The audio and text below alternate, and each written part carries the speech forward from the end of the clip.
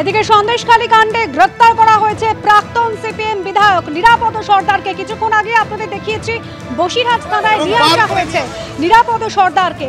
সেই ঘটনার প্রতিবাদে এবার সিপিএম এর মিছিল। বেপাত্তা শিবু হাজরা এবং তার অভিযোগের ভিত্তিতে গ্রেপ্তার সিপিএম এর প্রাক্তন বিধায়ক। ইতিমধ্যেই প্রতিবাদ মিছিলে সিপিএম কর্মী সমর্থকরা। এর আগে তাকে যখন বাসদ্রোণী থানায় নিয়ে আসা হয়েছিল সেখানেও বিক্ষোভ দেখিয়েছিল সিপিএম। এবার বসিরহাটের ছবি আপনাদের সামনে রেখেছি, সিপিএম এর প্রতিবাদ মিছিল। সমীরণ পাল আমাদের প্রতিনিধি রয়েছেন আমাদের সঙ্গে। সমীরণ,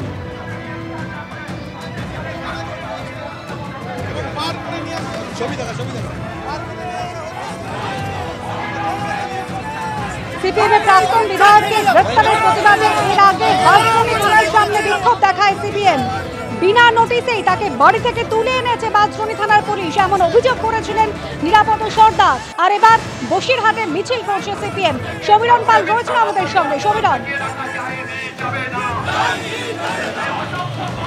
দেখো অনুসূয়া, এই মুহূর্তে ইটিন্ডা রোড ধরে সিপিএম এর পক্ষ থেকে প্রতিবাদ মিছিল করা হচ্ছে। সন্দেশখালীর প্রাক্তন সিপিএম বিধায়ক নিরাপদ সর্দার, তাকে গ্রেপ্তার করা হয়েছে, অন্যায়ভাবে গ্রেপ্তার করা হয়েছে। কিছুক্ষণ আধ ঘন্টা আগে বসিরহাট থানায় নিয়ে আসা হয়েছে সন্দেশখালীর প্রাক্তন সিপিএম বিধায়ককে, এবং নিয়ে আসার সময় তিনি জানিয়েছেন যে অন্যায় হয়েছে, অন্যায়ের প্রতিবাদ করতে চাই। অর্থাৎ সন্দেশখালীতে যে ঘটনা ঘটেছিল গত 7 তারিখে, এবং সেই এফআইআর করা হয়েছিল সন্দেশখালী 2 নম্বর ব্লকের তৃণমূল সভাপতি শিবপ্রসাদ হাজরা, তিনি অভিযোগ করেছিলেন। সেই অভিযোগের ভিত্তিতে তাকে গ্রেপ্তার করা হয়েছে। ক্যামেরাম্যান দিব্যেন্দু সিংহকে দেখাতে বলবো যে মিছিল ইটিন্ডা রোড ধরে বসিরহাট থানার দিকে এগিয়ে আসছে, এবং নিরাপদ সর্দারকে অন্যায়ভাবে গ্রেপ্তার করা হয়েছে। এবং গত 7 তারিখে যে গন্ডগোল হয়েছিল, গ্রামবাসীরা যে প্রতিবাদ করেছিল, বিক্ষোভ করেছিল, সেই বিক্ষোভ চলাকালীন শিবপ্রসাদ হাজরা সন্দেশখালীতে যে ভেড়ি এবং পোলট্রি ফার্মে ভাঙচুর করে আগুন লাগানোর ঘটনা ঘটে, এবং সেই ঘটনার প্রেক্ষিতে শিবপ্রসাদ হাজরা সন্দেশখালী থানায় একটি অভিযোগ দায়ের করেন।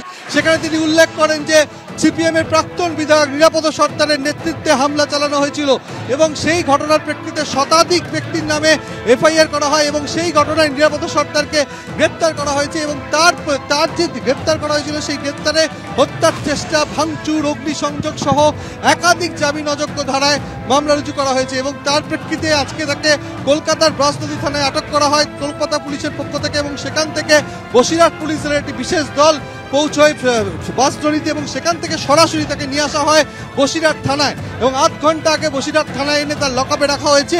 এবং থানায় নিয়ে আসার সময় নিরাপদ সর্দার জানিয়েছেন যে অন্যায় হয়েছে, অন্যায়ের প্রতিবাদ করতে চায়। এবং এই মুহূর্তে মিছিল ইটিন্ডা রোড ধরে এগিয়ে আসছে বসিরহাট থানার থেকে।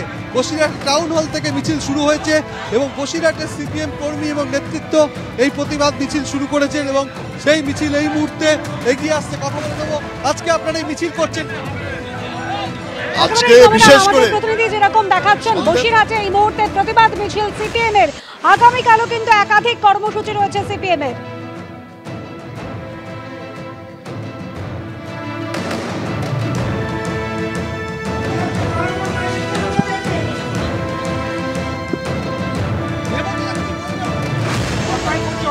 অন্যায় প্রতিবাদ জানাই,